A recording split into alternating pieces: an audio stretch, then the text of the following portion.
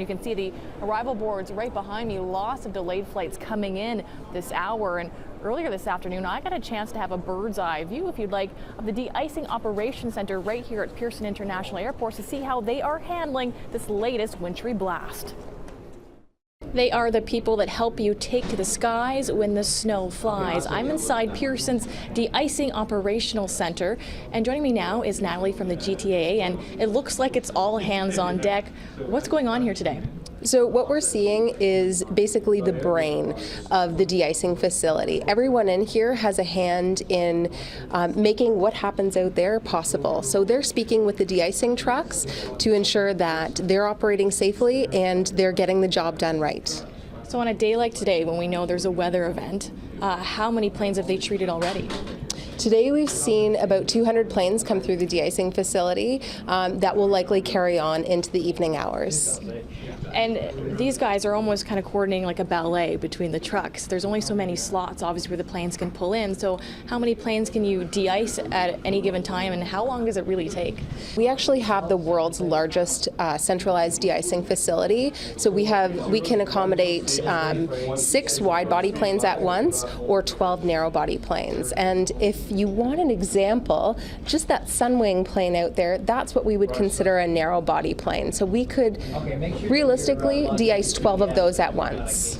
These staff members that are sitting at these desks here, they're communicating with the trucks. What are they kind of making sure that happens as they're talking to these individuals and also watching these screens? So they're making sure that everything's happening safely. So what you'll see when a plane pulls in, the trucks will then sort of converge on the plane and start spraying. The people up here are making sure that the trucks aren't in the way when the plane pulls to leave. They're also monitoring the levels of the fluid that we're spraying in the planes to make sure that everything's topped up and readily available when it needs to be. More than 500 flights have been canceled or delayed due to the snow here, along with a massive storm that's pounding the U.S. East Coast. So say you were one of the lucky ones. You were on a plane that was allowed to depart. Well, today I hit the tarmac for a lesson in de-icing. It is a bird's eye view of Pearson's de-icing operations, and I'm joined once again by Natalie from the GTAA. And Natalie, when there's a snow event that's happening today, it's blowing cold, it's freezing. How many trucks do you have on hand? So on a day like today, we have 36 trucks in operation. 6 are meant to support the 30 that are already out there spraying the planes as they come through.